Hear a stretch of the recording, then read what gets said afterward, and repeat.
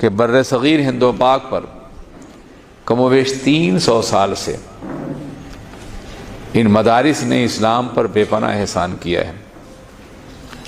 300 سال سے ان مدارس کو سرمایہ فراہم کرنے والا، سپورٹ کرنے والا نہ کوئی بادشاہ ہے، نہ کوئی حکمراں ہے، نہ کوئی ادارہ ہے۔ غریبوں کے چندے سے، عام لوگوں کے چندے سے یہ مدارس چلتے ہیں، لیکن 300 سال سے انہوں نے دین بچا رکھا ہے۔ آج اگر ہماری پیشانیوں میں سجدے ہیں، چہروں پہ داڑھیاں ہیں اور دلوں میں عشق رسول ہے تو ان مدرسوں کا صدقہ ہے اور علماء کا صدقہ ہے۔ ورنہ جن علاقوں میں مدرسوں کو ختم کیا گیا وہاں دین ختم ہو گیا۔ مثال کے طور پر گزشتہ صدی کی ابتدا میں کمیونزم کا انقلاب برپا ہوا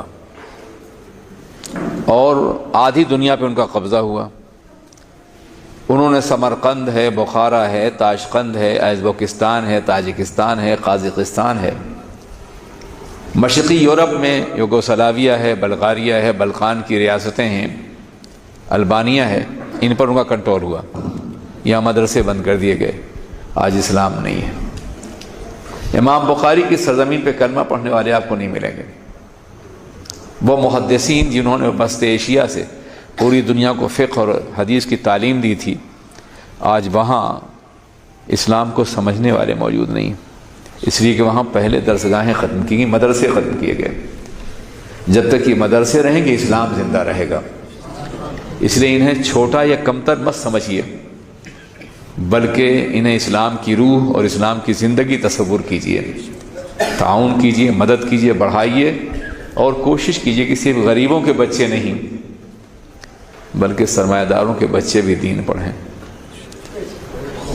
ہماری درسگاہوں میں بچے پڑھنے کم آتے ہیں، پلنے زیادہ آتے ہیں۔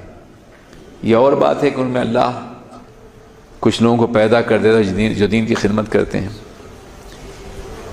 آپ ذرا سوچیں کہ آپ کے شہر میں جو بچے پڑھنے آئے ہیں وہ آپ کے شہر کے نہیں ہیں بلکہ کہیں دور سے آئے ہیں۔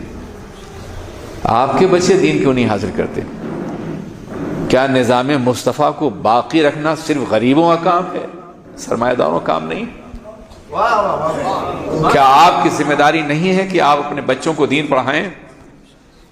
مجھے یاد ہے 4-5 سال پہلے پاکستان میں ایرو ایشیا کے مالک فلائٹ چلتی تھی، یعقوب تبانی نے ایک جلسہ رکھا ایک بڑے ہال میں اور وہاں کے سارے سرمایہ داروں کو جمع کیا۔ سوالات یہ ہو رہے تھے میڈیا کی جانب سے، ٹی وی والوں کی جانب سے کہ علماء قیادت نہیں کر سکتے، علماء سائنس نہیں جانتے، علماء انگلش نہیں جانتے، علماء کمپیوٹر نہیں جانتے، علماء یہ نہیں جانتے، علماء وہ نہیں جانتے۔ میں نے کہا کہ یہاں کئی سو سلیکٹڈ گیدرنگ ہے پورے کراچی کی، ہاتھ اٹھائیے کہ آپ میں کسی کا بچہ عالم ہو رہا ہے۔ سناٹا۔ میں نے کہا آپ ہم سے شکایت کرتے ہیں، کیا نظام مصطفیٰ آپ کا نہیں ہے؟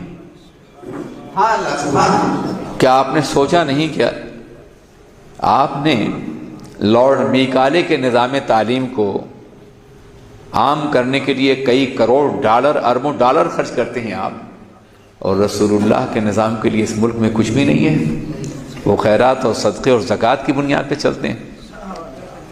اپنے رسول پاک کے نظام کو آپ نے غریبوں کے حوالے کر دیا ہے۔ یہ تو اللہ کا احسان ہے کہ آج مسجدوں کی اذانیں، امامتیں، تمہاری نمازیں، جنازے کی، تمہارا نکاح، یہ سب کچھ باقی اس لیے ہے کہ مدرسوں سے بچے پیدا ہو کے دین کا کام کر رہے ہیں۔ ورنہ تم نے تو دین کو دفن کر دیا ہے، تم نے تو کچھ بھی نہیں کیا اور ہم سے اعتراض کرتے ہو۔